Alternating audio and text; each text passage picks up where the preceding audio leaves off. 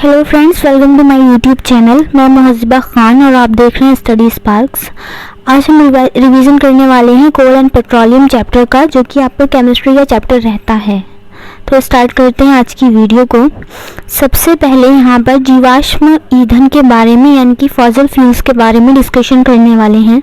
जीवाश्म ईंधन क्या होता है, जीवाश्म को क्या कहते हैं, जीवाश्म ईंधन को क्या कहते हैं। पहले तो जीवाश्म क्या होता है यही पता होना चाहिए।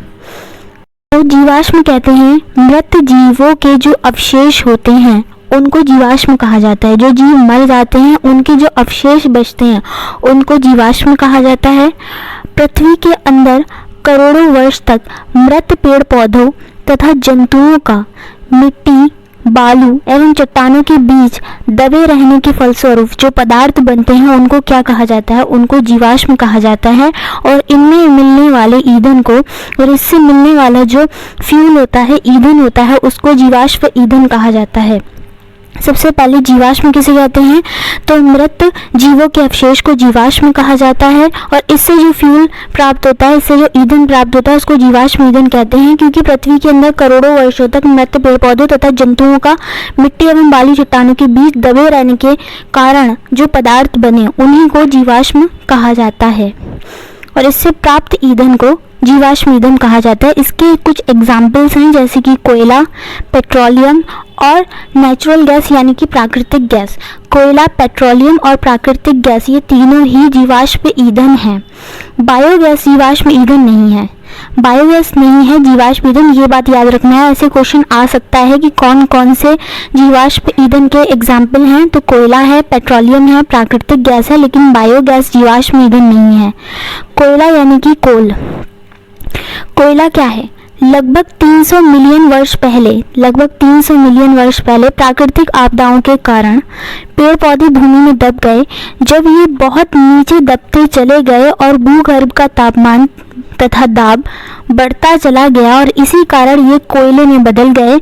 वह एक जीवाणु जो अवायवीय जीवाणु जो ऑक्सीजन की अनुपस्थिति में उत्पन्न हो जाता है, उसके कारण ऐसा हुआ। कोयला बनने की प्रक्रिया को कार्बनाइजेशन यानी कि कार्बनीकरण कहा जाता है। यानी कि 300 मिलियन वर्ष पहले प्राकृतिक आपदाओं के कारण क्या हुआ, पेड़ पौधे जो थे वो भूमि के नीचे दब गए और ये दबते चले गए, इतना नीचे चले गए कि इनके अंदर भूगर्भ का जो टेम्परेचर था और प्रेशर था, दाब और ताप, ये दोनों बढ़ते चले गए और इस कारण से ये कोयले में बदल गए। और क्योंकि ये इतने नीचे दब गए हैं कि वायु की वहाँ पर अनुपस्थिति है और अवायवीय जीवाणु वहाँ पर उत्पन्न हो गया। अवायवीय जीवाणु वो होता है जो ऑक्सीजन की अनुपस्थिति में, एब्सेंस में उत्पन्न होता है, उसके कारण से ये कोयले में बदल गए।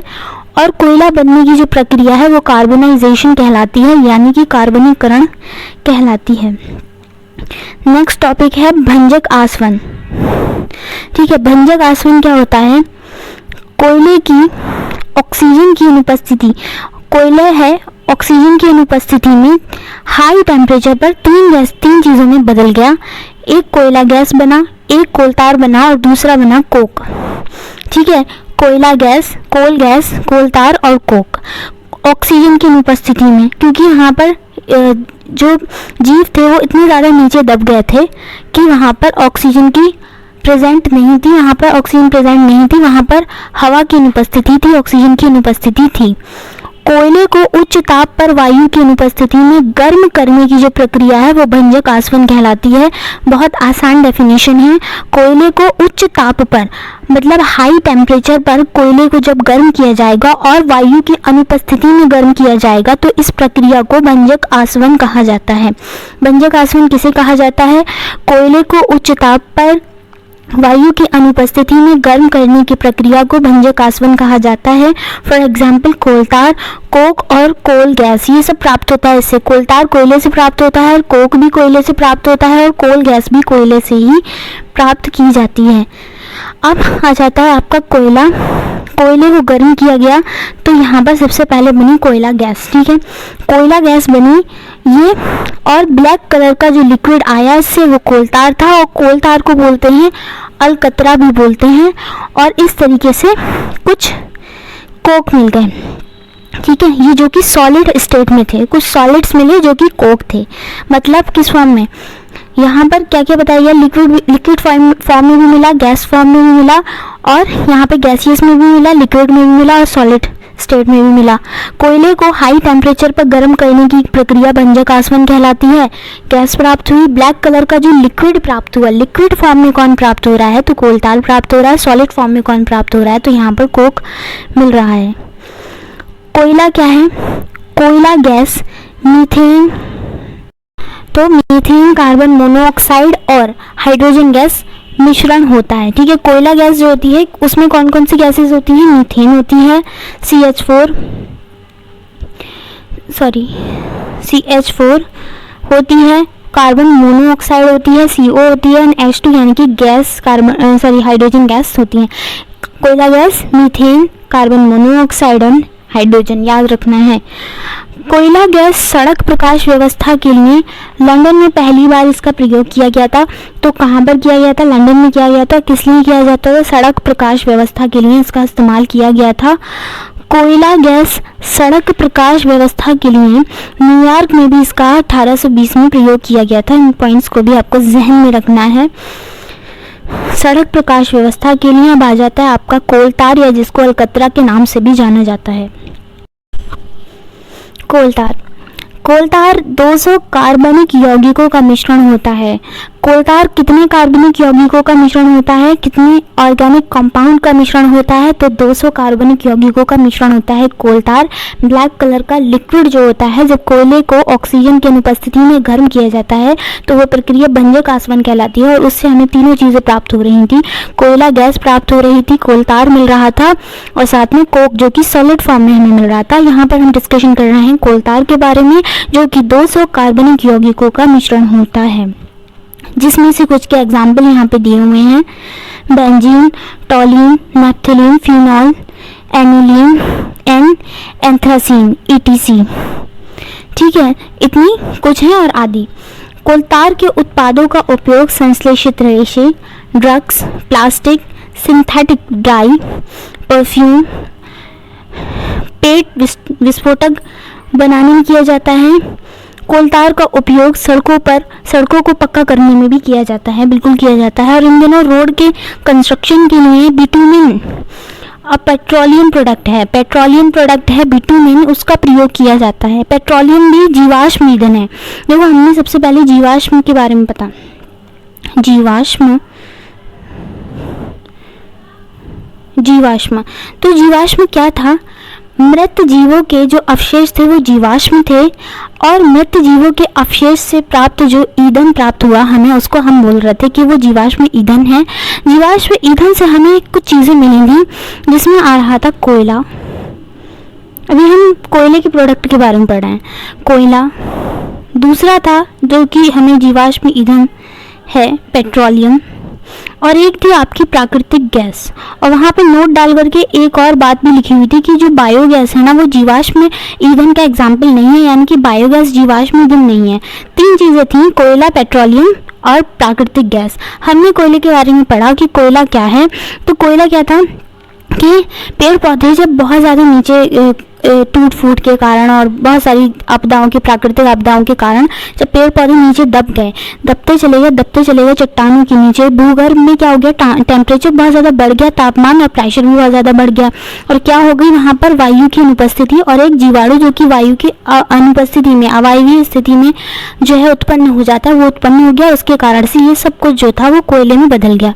कोयले को जब हमने गर्म किया हाई टेम्परेचर पर, तो ये प्रक्रिया कहलाई थी भंजक आसवन। इसके कारण हमें प्राप्त हुआ सबसे पहले तो कोयला गैस और कोक, ये सब हमें प्राप्त हुआ। कोयला गैस में कौन कौन था, कोयला गैस में भी एक तो हाइड्रोजन गैस थी, CO यानी कि कार्बन मोनोऑक्साइड थी, एंड मीथेन थी यानी कि CH4 थी। अब हम पढ़ रहे हैं कोल तार के बारे में, जो कि कम से कम 200 कार्बनिक यौगिकों का मिश्रण है, जिसमें से एग्जाम्पल्स हमने पढ़े थे benzene, टॉलिन, naphthalene, phenol, aniline and anthracene. बहुत सारे एग्जाम्पल हमने यहाँ पर देखे। और कोल तार के उत्पादों का उपयोग संश्लेषित रेशे बनाने में किया जाता है, सिंथेटिक डाई के रूप में, प्लास्टिक के रूप में, परफ्यूम के रूप में, इन सब में इसका इस्तेमाल किया जाता है। और पहले टाइम में आपने भी देखा होगा कि रोड के जो कंस्ट्रक्शन का काम होता है, सड़क निर्माण में भी कोल तार का प्रयोग किया जाता था। लेकिन इन दिनों रोड के कंस्ट्रक्शन के लिए, रोड को बनाने के लिए बिटुमेन नाम के एक कंपाउंड का प्रयोग किया जाता है। और ये क्या है? पेट्रोलियम प्रोडक्ट है, एक पेट्रोलियम प्रोडक्ट है बिटुमेन नाम का। आजकल इसका इस्तेमाल किया जाता है रोड बनाने के लिए, जो कि पेट्रोलियम प्रोडक्ट है। तो यहाँ तक आपने, अब हम देखते हैं कोक, जो कि एक कोयले का प्रोडक्ट है। ये कार्बन का शुद्ध रूप है। कार्बन का शुद्ध रूप कौन है? तो कोक है। और इसमें क्या पाया जाता है? 98% तक कार्बन पाया जाता है। ठीक है, बिटुमेन प्लस सैंड। ठीक है, बिटुमेन प्लस सैंड, ये रोड के कंस्ट्रक्शन के लिए इसका इस्तेमाल किया जाता है। बिटुमेन व सैंड बालू के मिक्सचर को, ठीक है, एस्फॉल्ट कहा जाता है। एस्फॉल्ट, ये भी आपको याद रखना है कि बिटुमेन अभी आया भी था। अच्छा, बिटुमेन क्या था? पेट्रोलियम प्रोडक्ट था। ये बस आपको नोट करना है। कोक क्या है? कोक क्या है? कार्बन का शुद्ध रूप है, सॉलिड फॉर्म में मिला था। अब ये जो कोयला है, भंजक आसवन के द्वारा कोयला गैस मिला, कोल तार मिला, कोक मिला। ये बात हमें अच्छे से समझ में आ गई। अब कोयले के प्रकारों के बारे में थोड़ा सा जान लेते हैं, इंपॉर्टेंट है ये, यहाँ पर आप देख सकते हैं। पहला रहता है पीट। कोयले के प्रकार में पहला प्रकार है पीट। इसका रंग हल्का भूरा रंग होता है। ठीक है, हल्का भूरे रंग का होता है और इसमें केवल 50 से 60% तक कार्बन होता है। और ये कोयले का सबसे चीप रूप है, यानी कि सबसे घटिया रूप है। मतलब इसमें कार्बन की मात्रा कम पाई जाती है, क्योंकि आप देख सकते हैं इसमें केवल 50 से 60% तक कार्बन होता है और ये हल्के भूरे रंग का होता है, प्रॉपर ब्लैक भी नहीं होता है। अब आ जाते हैं लिग्नाइट पर। लिग्नाइट, इसमें 60% से अधिक कार्बन पाया जाता है और ये भूरे रंग का होता है। लेकिन यहाँ ये पीट से भी सख्त होता है, लेकिन यहाँ उससे ज़्यादा होता है। पीट से सख्त होता है ये, मतलब थोड़ा सा सख्त होता होगा। एंड बिटुमिनस, बिटुमिनस क्या है? इसमें 90%, 80% एंड 70 से 75% तक कार्बन सामग्री आ जाती है। आपको याद रखना है। एंथ्रासाइड, ये कोयले का शुद्धतम रूप है। एंथ्रासाइड क्या है? कोयले का शुद्धतम रूप है। ठीक है, कोयले को गर्म करने पर कोक मिलता है, वह कोयला है, वह कोयला है एंथ्रासाइड। ठीक है, एंथ्रासाइड, क्योंकि कोक भी तो कोयले का शुद्धतम रूप ही था। आपने यहाँ पर कोयले के कुछ प्रकारों के बारे में पढ़ा। पहला था पीट, जिसमें ये हल्के रंग, भूरे रंग का होता है। इसमें 50 से 60% तक ही कार्बन होता है, इसीलिए कोयले का सबसे घटिया रूप है। लिग्नाइट के बारे में पढ़ा। इसमें 60% तक कार्बन होता है, यह हल्के भूरे रंग का होता है। पीट की तुलना में थोड़ा सा सख्त होता है। बिटुमिनस क्या होता है? इसमें 90%, 80% एंड 70 to 75% तक कार्बन सामग्री आ जाती है। एंथ्रासाइड क्या होता है? ये कोयले का सबसे शुद्धतम रूप होता है और कोयले को गर्म करने पर कोक मिलता है और उसमें जो होता है एंथ्रासाइड होता है। अब आ जाते हैं पेट्रोलियम पर। अभी हमने कोयले के बारे में पढ़ा, हम पेट्रोलियम के बारे में पढ़ेंगे। ये भी एक फॉसिल फ्यूल है, यानी कि जीवाश्म ईंधन है। पेट्रोलियम शब्द जो है वो लैटिन भाषा के से लिया गया है। Petra plus ऑयलियम। पेट्रा का मतलब होता है रॉक, यानी कि चट्टान, और ऑयलियम यानी कि ऑयल यानी कि तेल, यानी कि एक तरीके से ये चट्टानी तेल है। ठीक है, ये एक जीवाश्म ईंधन है, बिल्कुल है, और इसको कच्चा तेल कहा जाता है। पूछा जाए कच्चा तेल किसको कहा जाता है, तो पेट्रोलियम को कहा जाता है। पेट्रोलियम ही कच्चा तेल कहा जाता है। ठीक है, इसकी स्मेल कैसी होती है? इसकी स्मेल सल्फर के यौगिकों के कारण होती है। जो इसमें से स्मेल आती है ना, आपने पेट्रोलियम भी देखा होगा। देखो, पेट्रोल में आपको कंफ्यूज नहीं होना है। पेट्रोलियम से पेट्रोल बनता है। ठीक है, तो जो पेट्रोलियम की जो स्मेल होती है वो उसमें सल्फर होता है। सल्फर के जो कंपाउंड्स होते हैं उनके कारण ही उसमें से स्मेल आती है। और पेट्रोलियम को काला सोना भी कहा जाता है, ये सब याद रखना है। पेट्रोलियम की उत्पत्ति कैसे हुई? हमेशा से पढ़ते आ रहे हैं, पेट्रोलियम की उत्पत्ति कैसे हुई। पेट्रोलियम की उत्पत्ति समुद्र में रहने वाले सूक्ष्म जीवों और छोटे छोटे पौधों से होती है। पेट्रोलियम की उत्पत्ति समुद्र में रहने वाले, पानी से चीज़ें आपको कनेक्ट होनी शुरू हो जानी चाहिए, समुद्र में रहने वाले सूक्ष्म जीवों तथा छोटे छोटे पौधों से होती हैं। इनकी मृत्यु हो गई। अब मृत्यु हो गई यानी कि जीवाश्म बन गए, क्योंकि इनके जो अवशेष होते हैं जीवों के, वही तो जीवाश्म कहलाते हैं। ये समुद्र तल में नीचे दब गए, बालू और मिट्टी से ढक जाते हैं। ठीक है, बालू और मिट्टी से ये ढकने लगे। लाखों वर्षों बाद दाब तथा बैक्टीरिया के प्रभावों के कारण ये पेट्रोलियम में परिवर्तित हो गए। इसे चट्टानी तेल या इंग्लिश में रॉक ऑयल भी कहा जाता है। यही बात है, यानी कि पानी में मिल रहा है आपको पेट्रोलियम, पानी के नीचे पेट्रोलियम। H2O मतलब जल होता है इसमें, सॉइल यानी कि मिट्टी, सैंड यानी कि रेत या फिर बालू। ठीक है, इन तीनों का मिक्सचर है। क्योंकि समुद्र के अंदर रहने वाले जीव जब उनकी मृत्यु होती है फिर वो समुद्र के तल में जाकर के दब जाते हैं, और दबते चले जाते हैं, तो वहाँ पर दाब जो है बहुत ज़्यादा हो जाता है। दाब ज़्यादा हो जाता है, बैक्टीरियाज उत्पन्न हो जाते हैं, उस कारण से पेट्रोलियम की वहाँ पर उत्पत्ति हो गई। प्रभावी आसवन विधि द्वारा पेट्रोलियम का शोधन किया जाता है। जब हमने अभी भंजक आसवन विधि पढ़ी थी, जो कि हमारे कोयले के लिए थी, जिसमें हाई टेम्परेचर में हम जब कोयले को गर्म करते थे तो कोलतार मिल रहा था, कोयला गैस मिल रही थी एंड कोक भी मिल रहा था। अब यहाँ पर प्रभावी आसवन विधि के बारे में बात की जा रही है। पेट्रोलियम की रिफाइनिंग की जाती है, मतलब एक तरीके से शोधन किया जाता है, इसका भी शुद्धिकरण किया जाता है। तो पेट्रोलियम की प्राप्ति धरातल के नीचे स्थित अवसादी चट्टानों के ऊपर, पेट्रोलियम की प्राप्ति, ध्यान से पढ़िएगा, सुनिएगा, देखिएगा, धरातल के नीचे अवसादी चट्टानों के ऊपर कुएं खोदकर की जाती है। ठीक है, जिस प्रक्रिया को ड्रिलिंग कहते हैं। पेट्रोलियम की प्राप्ति कहाँ से की जाती है? धरातल के नीचे जो अवसादी चट्टानें होती हैं उनके ऊपर क्या किए जाते हैं? कुएं खोदे जाते हैं, और इस प्रक्रिया को ड्रिलिंग कहा जाता है। विश्व में सबसे पहले पेट्रोलियम कुएं की खुदाई किसने की थी? तो USA यानी कि संयुक्त राज्य अमेरिका के पेंसिल्वेनिया राज्य में स्थित टाइटसविले स्थान पर की गई थी। ये बस आपको याद रखना है। ड्रिलिंग से प्राप्त होने वाले पेट्रोलियम के रूप को कच्चा तेल कहते हैं। ये बात आपको याद रखनी है कि ड्रिलिंग करने के बाद जो तेल प्राप्त होता है उसको कच्चा तेल कहते हैं। ठीक है, पेट्रोलियम की प्राप्ति धरातल के नीचे अवसादी चट्टानों के ऊपर कुएं खोदकर की जाती है, और ये जो कुएं खोदने वाली जो प्रक्रिया है अवसादी चट्टानों के ऊपर, उसको ड्रिलिंग कहते हैं। अब ड्रिलिंग से प्राप्त जो पेट्रोलियम का रूप है उसको क्या बोला जा रहा है? उसको कच्चा तेल बोला जा रहा है। सबसे पहले USA में हुआ था ये खुदाई वाला काम। अब प्रभावी आसवन विधि में पेट्रोलियम को भट्टी में, मतलब प्रभावी आसवन विधि का प्रोसेस क्या है, उसमें पेट्रोलियम को भट्टी में 400 डिग्री या 400 से अधिक टेम्परेचर पर आसवित किया जाता है, बहुत ज़्यादा हाई टेम्परेचर पर, क्योंकि पेट्रोलियम कई सारे द्रव्यों का मिश्रण है, किसी एक पर्टिकुलर द्रव नहीं है, उसमें जल भी है, बहुत सारे द्रव हैं उसमें। इसमें ही केरोसिन मिलता है, पेट्रोल तथा डीजल आदि पाए जाते हैं। इनके नाम तो आप जानते हैं, केरोसिन, पेट्रोल तथा डीजल आदि इसमें पाए जाते हैं पेट्रोलियम में ही।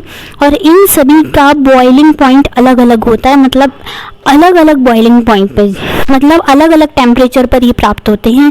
कोई किसी टेम्परेचर पर, मान लिया कोई 250 टेम्परेचर पर मिल रहा है, तो इस तरीके से ये, अतः पेट्रोलियम को अलग अलग टेम्परेचर पर आसवित किया जाता है। क्योंकि केरोसिन को मान लिया XYZ टेम्परेचर पर मिल रही है, तो मान लिया अगर हमें केरोसिन प्राप्त करना है तो हमें पेट्रोलियम को X टेम्परेचर पर आसवित करना पड़ेगा। पेट्रोल चाहिए है तो Y पर करना पड़ेगा, एंड डीजल चाहिए है तो हमें Z टेम्परेचर पर उस पर आसवित करना पड़ेगा। ये रहे आपके पेट्रोलियम। यहाँ पर इनके पेट्रोलियम के घटक लिखे हुए हैं, कंपाउंड लिखे हुए हैं ईंधन के रूप में। इनको सही क्रम में याद रखना है, यानी कि इसी क्रम में इनको याद रखना है आपको। ठीक है, मोम या बाइटुमेन सही है, इसको भी याद रखना है। ईंधन, फ्यूल, 400 डिग्री सेंटीग्रेड पर। डीजल मिलता है 370 डिग्री सेंटीग्रेड पर। केरोसिन चाहिए है तो 300 डिग्री सेंटीग्रेड पर आश्रित करना पड़ेगा पेट्रोलियम को। पेट्रोल चाहिए है तो 150 डिग्री सेंटीग्रेड पर आश्रित करना पड़ेगा।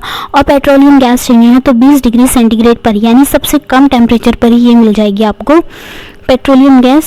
तो ये था हमारा आज की वीडियो में complete discussion coal and petroleum chapter पर। आई होप आपको आज की क्लास पसंद आई होगी। अगर पसंद आई है तो प्लीज़ लाइक कीजिएगा, कमेंट करके ज़रूर बनाइएगा, एंड चैनल पर नए हैं तो चैनल को सब्सक्राइब कीजिएगा, लाइक कीजिएगा, शेयर कीजिएगा, बेल आइकन को भी प्रेस कर लीजिएगा ताकि आने वाला कोई भी नया नोटिफिकेशन आप लोगों तक पहुँच सके। मिलते हैं इंशाल्लाह नेक्स्ट वीडियो में, तब तक के लिए गुड बाय।